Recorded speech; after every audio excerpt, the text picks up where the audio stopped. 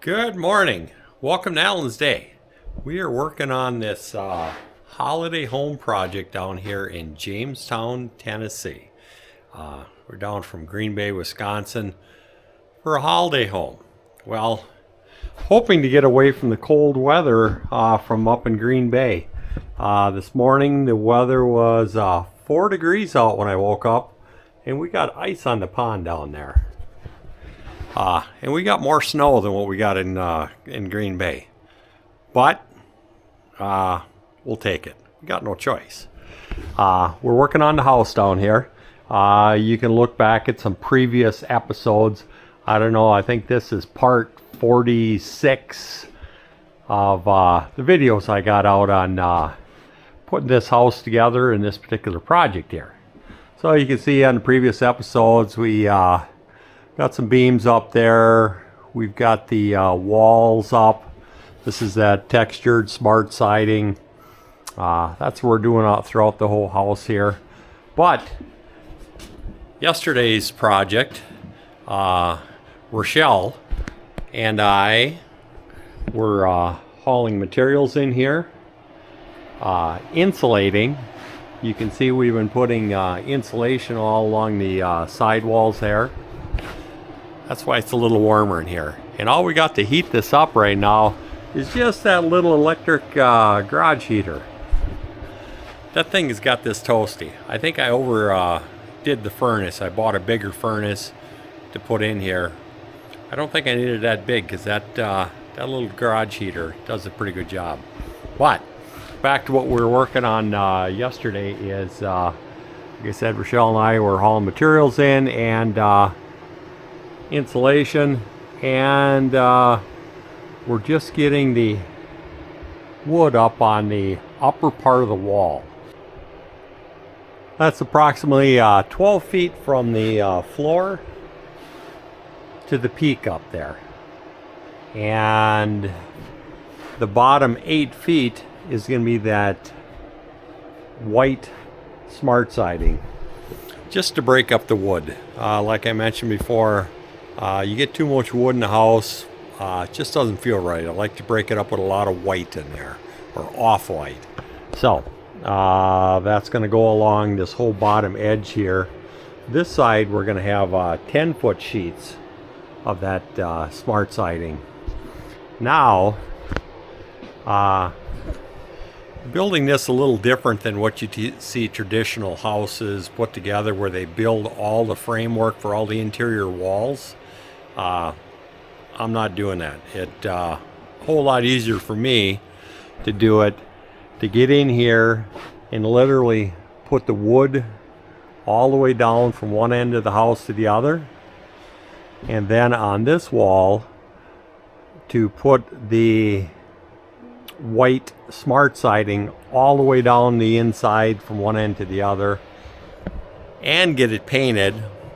And then once that's done, I'm going to go through and put the floors, which we've got all the flooring sitting there, put the flooring on from one side all the way to the other. Once the walls and floors are almost 100% done, then I'm going to go through and start putting walls and closets in here. So I've got it all laid out on the floor, where this is the master bedroom, and we got lines down here for the closet. We got the bathroom, another bedroom, utility room with a bathroom and shower down on this end. That's going to be my bathroom. I get the utility room. So that's the building process that I'm doing in here, is getting everything done before I put all my dividing walls in. I got all my wires pulled and ready, that these big group of wires will go into my walls. They're all set up. So bring you back once we get some more woodwork done up here.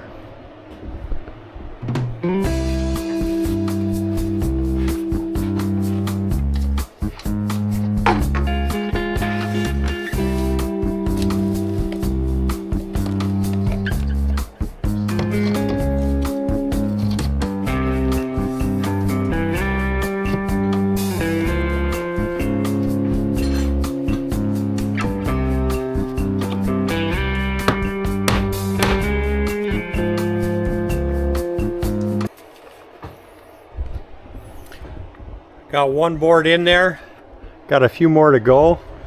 So the wood that I have, and I explained this in previous episodes, is I got the beveled edges here so that you don't have to splice on a 2x4 or on a stud. If you got the option when you're putting tongue and groove together, go this direction here. It cuts your time down and you're wasting time, because all you do is you just simply drop a piece in, lock it, push it, and you're not concerned about where it's ending up. Then you just go to work and nail it down. And what I'm using is the Milwaukee, and it is a 15 gauge pinner or finish nailer. Yeah, it says so right there. Does a real good job for me for what I'm doing on here. And the nail is a 2-inch long nail. I used 1.5 inches on the ceiling. The only reason I'm using 2-inch on here because that's all they had. And also I messed up and I didn't get the galvanized ones. I got the plain ones. I'm just gonna have to live with it, I guess. So anyways, let me continue on with this wall here and move on to the next project. Still at the house building project. Rochelle and I have, or mostly Rochelle, she's got it all insulated all the way around as far as what we're going to do, including quite a bit in there. Now, what we've been working on is putting this LP smart siding on. And showed you on one of the previous videos what I chose to use in here, and it turned out pretty nice. And as you know, my dislike for drywall, that's why I went with this route here. So a little bit about this LP smart siding. It does have some sort of a shape, not a shape, it holds tension. So when you store it, make sure that you it lays flat, and you band it together with some jack straps to hold it. Don't ever leave it just sit in a pile, because it'll look like a potato chip, and then it's really hard to work with. But that's its only downfall I found so far, is just the extra wiggle you got to deal with. Other than that, it's been going pretty good here. So, like I said, we've got this wall pretty much started, and going through here on this go around, I sort of sealed up the holes a little bit. I'm going to show you what I did to prep the holes for painting. But otherwise, this siding, it's already primed. So literally, after you put it up and after you do a little bit of hole filling there, you're ready to paint an hour later, and you're done. Literally, with the right paint, you never got to touch that for at least 30 years. So that's the reason why I chose that. Now, for the people that may want to do this, let me just go through the step-by-step process and all the materials that I used for putting this together. Let me go through the list of items that we need for putting this together. Starts out with a good quality driver that's variable speed, and this is a M12 Milwaukee fuel. And then you got to have a number 10 Torx bit. Next item, you got to have the screws. These are the screws that I use. This is a GRK. It's a finished trim head screw. This is 8 by 1.5 inches. These are the go-tos that I put on here for this. Do not try to hold it down with finishing nails. It's not going to hold it. Got to use the screws. Next item is, this is my new go-to for caulking here. This is the siliconized acrylic Painter's Pro. It's good for 50 years. I like that. And also, it is ready to paint They said in 60 minutes. I would wait a little bit longer. Next item, that's my go-to. PL Premium. That is an adhesive, and I'm using that to hold my backer blocks in there. I'll show you how all these parts and pieces to go together, but at least you got an idea of what I'm using for materials on there. And you need to get yourself a laser line level so you know where your studs are at. And I'll show you that a little more once we get going. Well, I just took and I marked it on the floor here where the center of the stud was, and turn my laser on here, and we're going to shoot a line up the center of that stud. You can see my mark down there, and you can see all the way up into there that's where a stud's at. No guessing. Get yourself a laser level. And yeah, I'm telling you to get a lot of tools, but you know what? The money you're saving by doing this yourself is going to far exceed the cost of all the tools you could possibly get to do the job and make it easier for you. So, well, let me get started and showing you the process here. There, just push the button.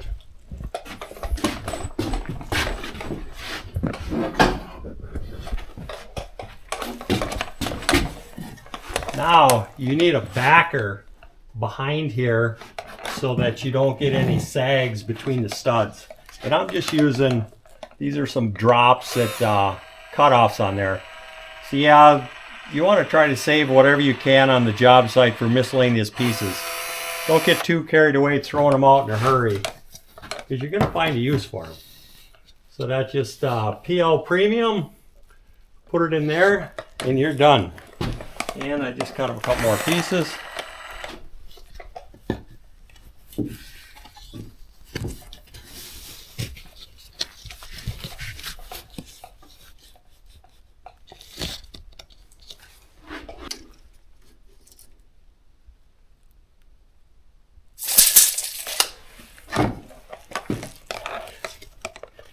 .91 5/8.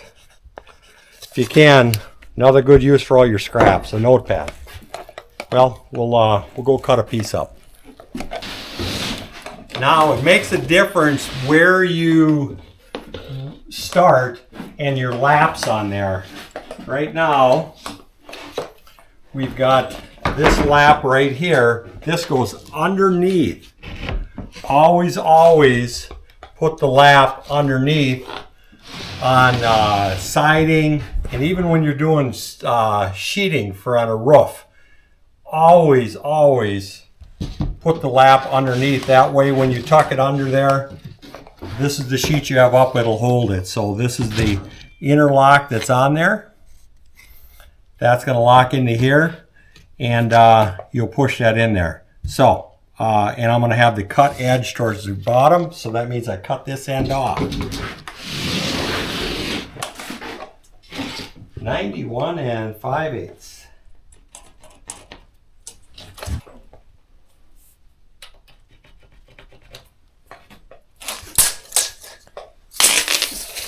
Now the next piece of equipment that you should buy, it's a track saw. Never had one, never thought I needed one, but now that I use it, I think I like it. So literally it's got some little rubber on the bottom there, so it helps grip that. I put my 2 marks on here, and literally you just take this, you set this, and bump that back, and you're done. No snap and chalk lines, no snap clamps, no eyeballing it. Grab your track saw. It's the Milwaukee track saw that I've got. Drop it in the track.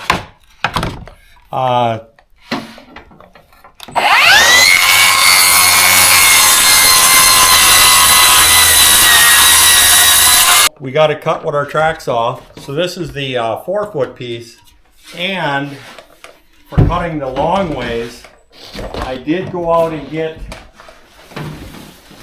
the big daddy track saw here. So this is an 8-footer, so I can literally set this on here, and I can cut the full length pieces on here. So haven't used it yet, but I think I'm gonna like it. Now that we got it cut for length, and we know that this is the bottom,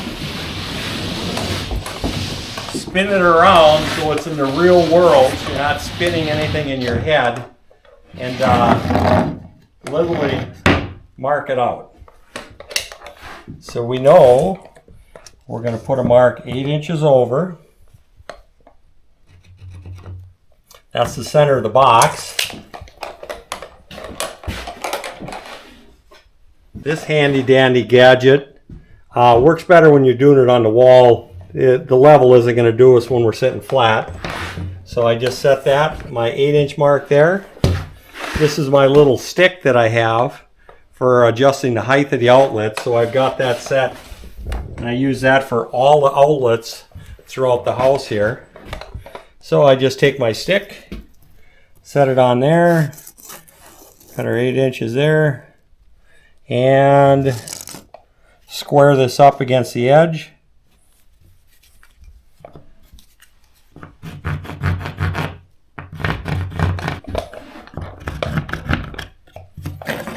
And cut the hole in there. It's not that critical at this point where that hole is. The reason being, I am using this style box. It's old work is, I think, the technical term for this box. And after we get this in, pull the wires, and after we get it painted, then we'll go back through, drop the boxes in there, and then these wings will tighten up and they'll lock in place, as compared to going through the entire house, nailing all of these on all the studs and all the location. Then you better have all this, the time it's going to take to line that up and cut that out. That's more than I want to do. Maybe there's some smarter people than I am that can do it, but this is my go-to box right here. This is an emergency type. Might work better for the dirty word drywall. Those guys, I think, like these. Now, if I only have 2 wires coming out of an outlet, I use the shorter box. If I've got more than 2 wires going into the box, I'll use this bigger, longer box here. It's just easier to work with on there. So let me get this box cut out. Just drill the 4 corners.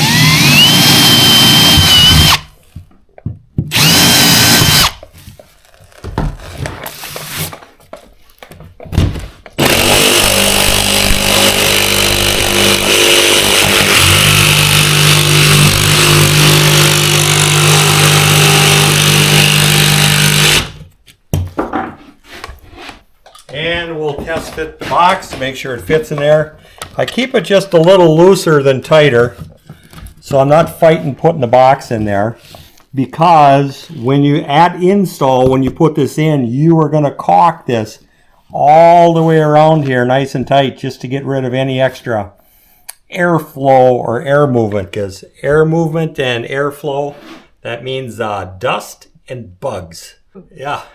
And also I use the jumbo covers on everything. It just covers up a little bit more and seals this in here. So, and I'll get into that once I start putting outlets and show you how I do it. By all means, I'm not an electrician. This is just how I do it. So we got the box. Now, according to my blueprints, I got one more hole to put in there. And go slow into it so you don't break your wrist like I almost did. There we go. Now, a little bit more prep on here. One item I forgot to show you. This is your go-to right here. You got to have this. This is a Red Devil paint scraper. And you need to check your seam. So this is what's going to go underneath the existing seam. It's going to tuck underneath there. And you want to just go through with your paint scraper and get rid of any extra little bump that's going to interfere with your joint. It's just going to make a smoother joint. So you can see like the joints on here, on this wall here, I can't even find it. Oh, here's one right here. So we just clean that up so that that joint is sealed up. So you can see this joint right here, how nice that is. Yeah, I could have put a little more caulk, a little more paint. It's got the rustic look, so I think it'll be okay. And so I did this one, and then the next sheet that's going to go on there, you want to do this side also. Stick it underneath there. And you can see the extra chips and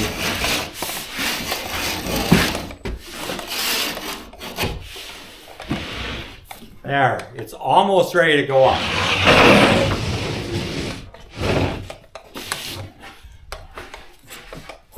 One more thing. I'll be right back. It's our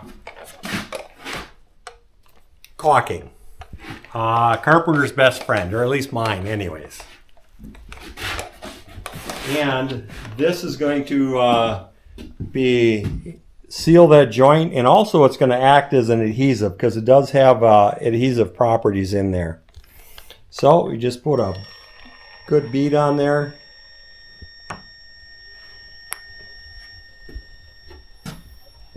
I guess don't be too bashful with this because it does wipe up.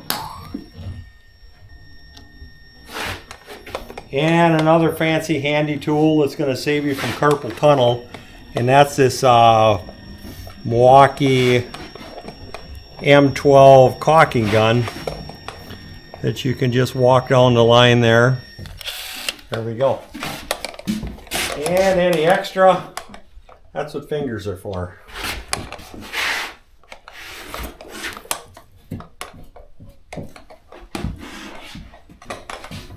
Now,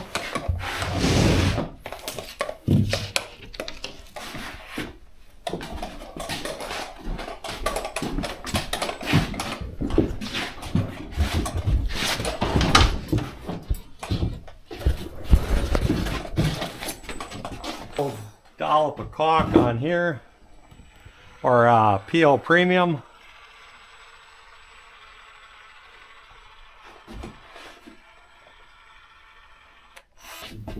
Fish your wires through.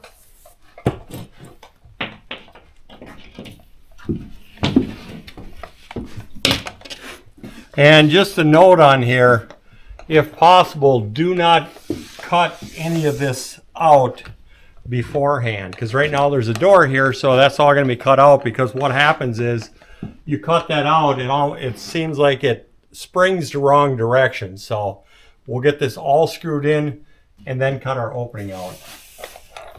So now that we've got this lap on this side over here,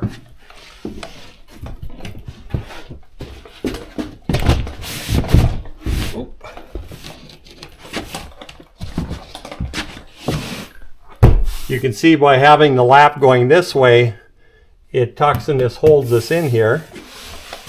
Then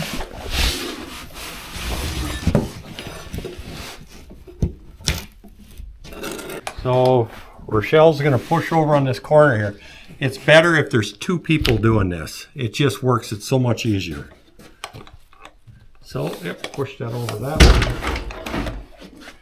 way. And Rochelle's going to step down on that block down there.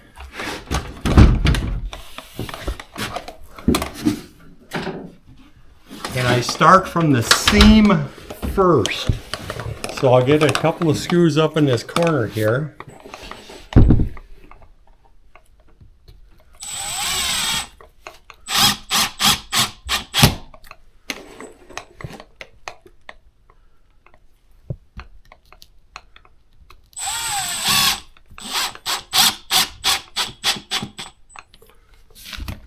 So I'll start in the corner, and then I'll get the top.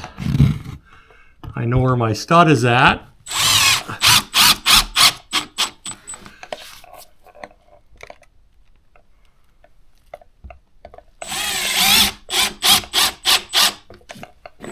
that backer board right in the middle of it. That'll suck that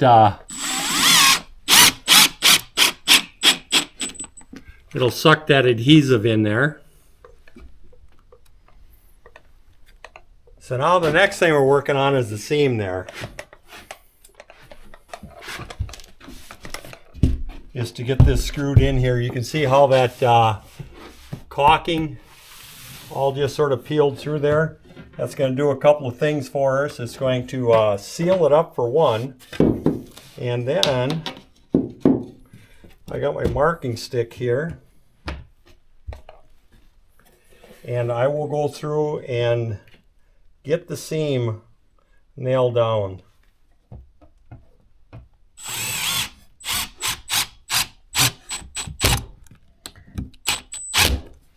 And that just so that they're flush.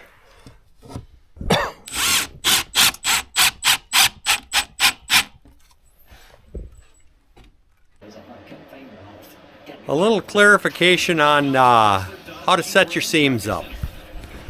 The sheet needs to end. This should be the end of your sheet right here. Just flush with the edge of the 2x4. That way when you drop your other sheet comes in behind it, goes in right there. Your screw that you're going to put in there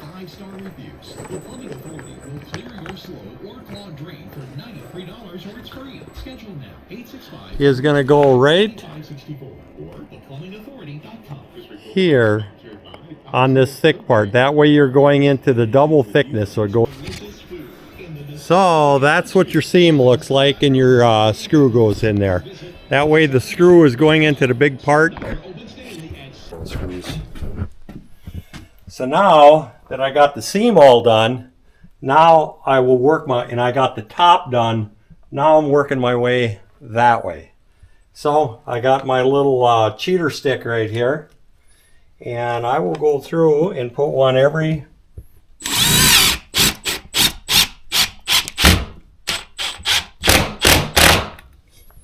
every 16 inches. And that's where this drill comes in handy, that you can just feather, because it doesn't take much to suck that screw all the way through here. So I got this screwed. I got to finish screwing all that down.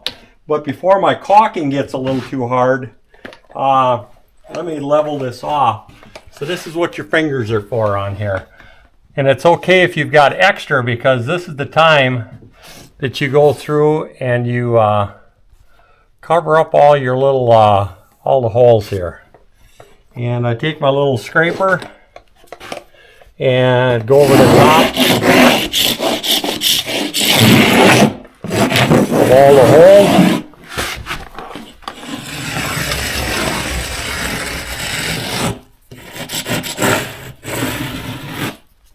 And then go through and just start filling holes. And it's okay if it's a little rough, because you know what? The siding itself was a little rough. So just sort of blend it in a little bit and go through it. With all that caulk on your finger, your phone's probably not going to work for a while. You can't get it, but just go through, caulk all those in, and you can make a mess of it because you can clean it all up.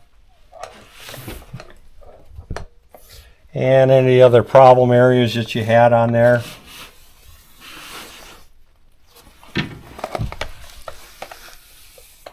So then once you get that seam all done, take your handy dandy scraper and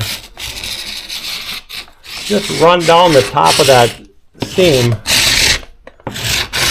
to take any of the splices off there. So you can see right there, you can hardly even see where these two pieces are joined. And scraper off.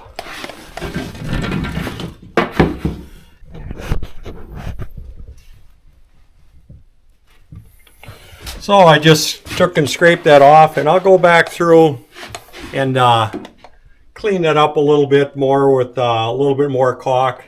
But that area there, that's ready to paint. Let me get the rest of the screws in there and I'll bring you back when we start cutting that opening out. Other than that, we're making progress. You can shut it off.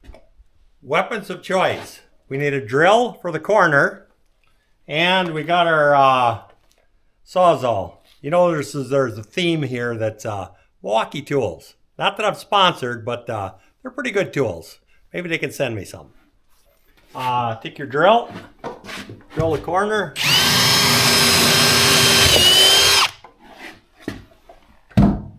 And take your Sawzall.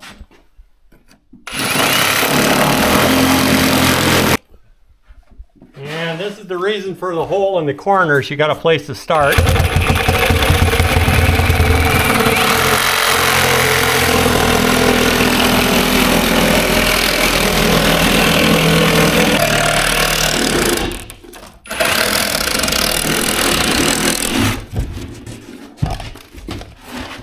And that's how I put some LP smart siding up.